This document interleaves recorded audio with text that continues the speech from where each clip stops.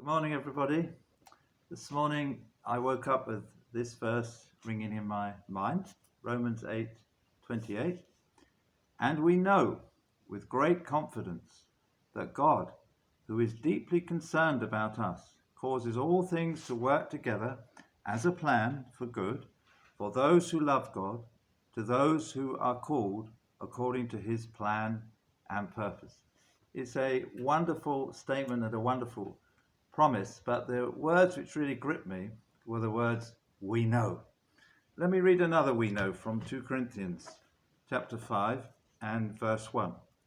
For we know that if our earthly house, this tent, is destroyed, we have a building from God, a house not made with hands, eternal in the heavens. In the first verse, Paul is telling us that we know that God is making all things work together for good. Praise God. In the second verse, he's telling us that we know that we have a house in heaven.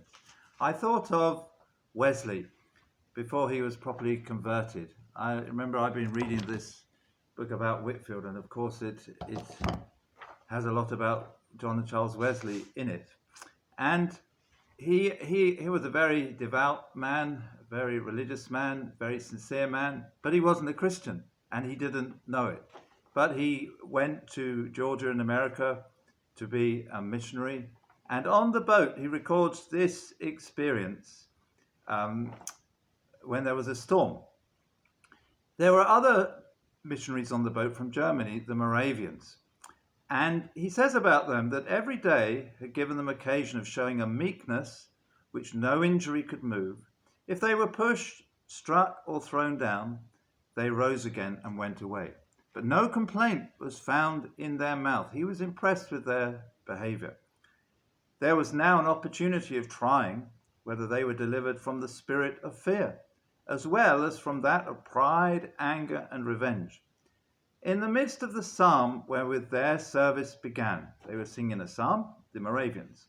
The sea broke over, split the mainsail in pieces, covered the ship, and poured in between the decks, as if the great deep had already swallowed us up. A terrible screaming began among the English. The Germans calmly sung on. I asked one of them afterwards, were you not afraid?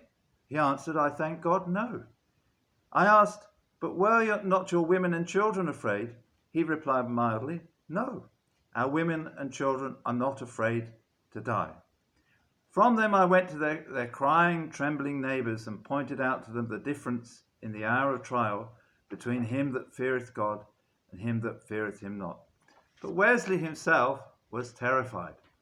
He didn't get on well as a missionary in Georgia, and on his return he said, I went to America to convert the Indians, but who shall convert me? What is he that will deliver me from this evil heart of unbelief? I have a fair summer religion.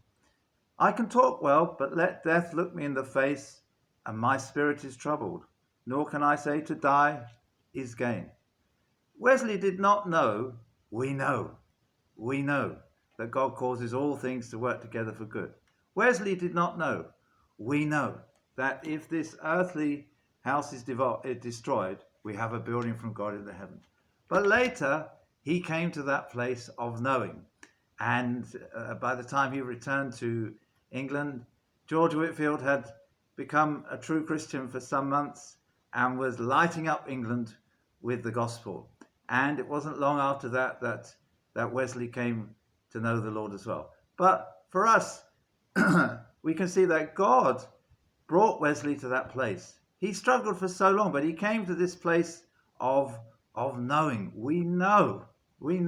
That's such a wonderful thing to me, that we can come to this place of knowing. Amen.